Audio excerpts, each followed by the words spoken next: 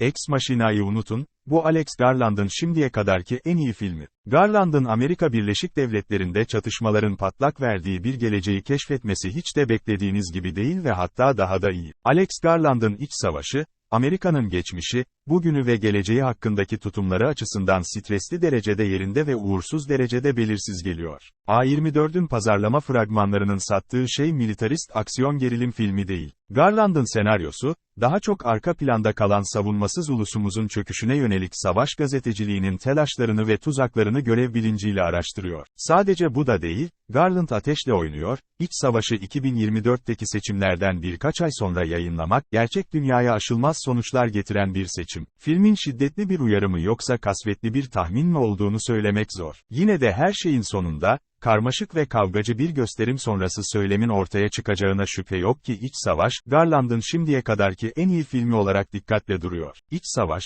neyle ilgili? Kirsten Dunst, yıkıcı İkinci Amerikan İç Savaşı'nın ortasında gazeteci meslektaşı Joel ile birlikte Amerika Birleşik Devletleri'ni gezen başarılı savaş fotoğrafçısı Lee Smith'i canlandırıyor. Amerikan hükümeti, Teksas ve Kaliforniya liderliğindeki ayrılıkçı, Batı kuvvetleri, ne karşı savaş yürütüyor ve Florida'nın isyancı safları diğer bölgeleri devirmeye çalışıyor. Washington D.C. son direnişini yaparken Başkan Beyaz Saray'ın içinde duvarlarla çevrili durumda, tam da Lee ve Joel'in bir sonraki duraklarını planladığı yer. Rezil diktatörlük başkanının yakalanmadan veya öldürülmeden önce fotoğrafını çeken ve onunla röportaj yapanlar olmak istiyorlar, bu yüzden akıl hocaları Sammy ve gelecek vadeden mini Lee klonu Jesse ile yaklaşık 800 millik bir yolculuğa çıkıyorlar. İç Savaş, gazetecilerin bakış açısından ustaca anlatılan, nesnel olarak düşündürücü ve yıkıcı derecede zorlayıcı bir güç gösterisidir. Garland'ın başlangıcı savaşın sonudur. Offerman'ın POTUSU'ya kaçmaya ya da infaz etmeye hazırlanıyor.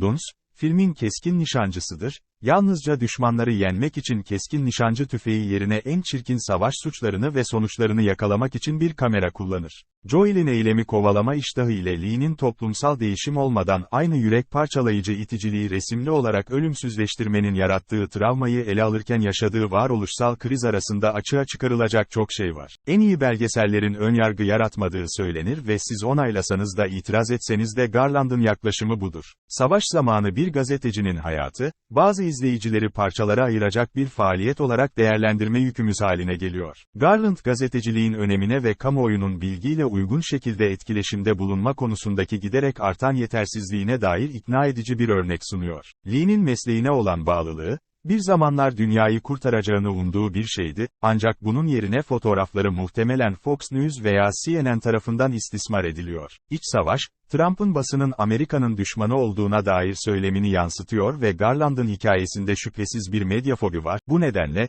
günümüzün kolluk kuvvetlerinin başarısızlıkları çağında Lee ve ekibini koruyanların yalnızca seferber edilmiş Batı kuvvetleri askerlerinin olmasını izlemek zor. Garland geri adım atmadığı için gazeteciliğin getirdiği kargaşayı, takıntıyı ve tehlikeyi kasvetli bir şekilde yönlendiren bir tasvir, onay değildir, düzeyi var. İç Savaş'ta gördüğünüz şey sert bir değerlendirmedir, ancak etkileyici derecede ilgi çekicidir ve sürekli olarak gerilim azaltılmıştır. Garland'ın kamera arkasındaki teknik becerisi tartışılmaz çünkü İç Savaş, aşağılık tasvirlerine rağmen dudak uçuklatacak kadar güzel. Görüntü yönetmeni Rob Hardy'nin kusursuz kamera çalışması, saldırı helikopterleriyle dolu kaotik distopik savaş görüntülerinden bağımsız yolculuk tutkusuna kadar çok çeşitli tarzları çekiyor. Oyununun zirvesinde kalmayı sürdürüyor. Besteciler Ben Salisbury ve Jeff Barrow, Lee'nin gazetecileri parçalanmış bir ülkenin yanından geçerken, akustik gitar sesleri ve country seven enstrümantal gevezelikler için ince Amerikan halk şarkılarından ödünç alıyorlar. Hardy'nin, İç Savaş'ın içinizi parçaladığı sahneyi hassas bir şekilde kadrajlaması neredeyse bir sihir numarası gibidir. İsyanın yol açtığı orman yangınlarını,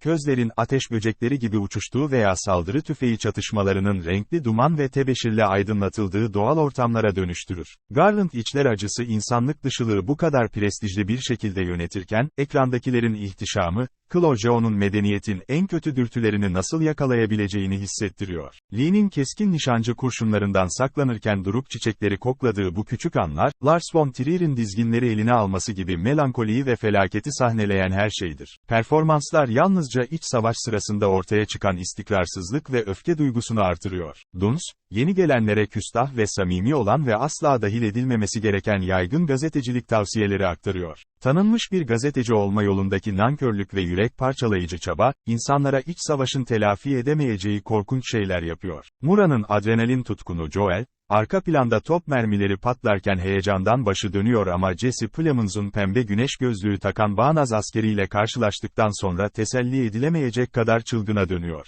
Duygulardaki dalgalanma, Mura'nın ısrarla sattığı her şeydir. Henderson'ın ölene kadar pes etmeyecek bilge bir ustayı sunuşu veya Spainie'nin, olmak için gereken kararlılığı henüz anlamayan acımasız çaylağı canlandırması kadar gerçektir. Onun kahramanı.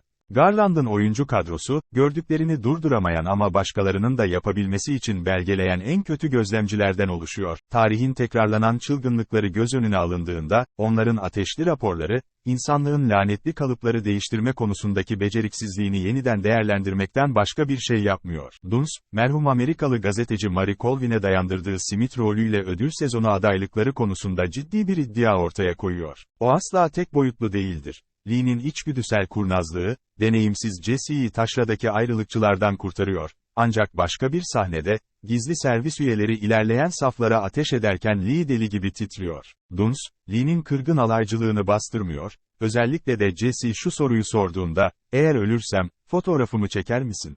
Dunst'ın tepkisini sözlü bir saman makinesi gibi savurma şekli, soğuk ve duygusuz ifadesiyle birleşerek, bir ömür boyu savaş gazeteciliğinin bir zamanlar var olan iyimserlik ifadelerini tüketmek için ne yaptığını doğruluyor. Lee ve Jesse arasında gelişen ilişki, büyük ölçüde Dunst'un ulusumuzun günahlarını omuzlayan ve iktidardaki herkese müdahale etmesi için yalvaran çalışan röntgencisi sayesinde yılın en önemli karakter çalışmalarından biri olarak anılacak. Bütün bunların İngiliz bir film yapımcısından gelmesi ne anlama geliyor? Garland'ın başlatmak istediği ve hiçbir şekilde bitirmeye niyetli olmadığı konuşma bu. İç savaş, Amerika'nın dışarıdan itibarını ve ulusumuzun gazetecilikle olan tehlikeli ilişkisinin bir incelemesini açıkça temsil ediyor. Her şeyi açığa çıkarıyor, iltihaplı yaraları dürtüyor ve izleyiciyi kendi fikirleriyle hesaplaşmaya davet ediyor. Tüm bunların ne anlama geldiğini siz bilmiyor olabilirsiniz. Garland da bilmiyor olabilir, ancak aynı yaklaşımın mende başarısız olduğu durumlarda, önümüzdeki yıllarda iç savaşı düşüneceğim. Umuyorum ki bunun nedeni hayatın sanatı taklit etmesi değil,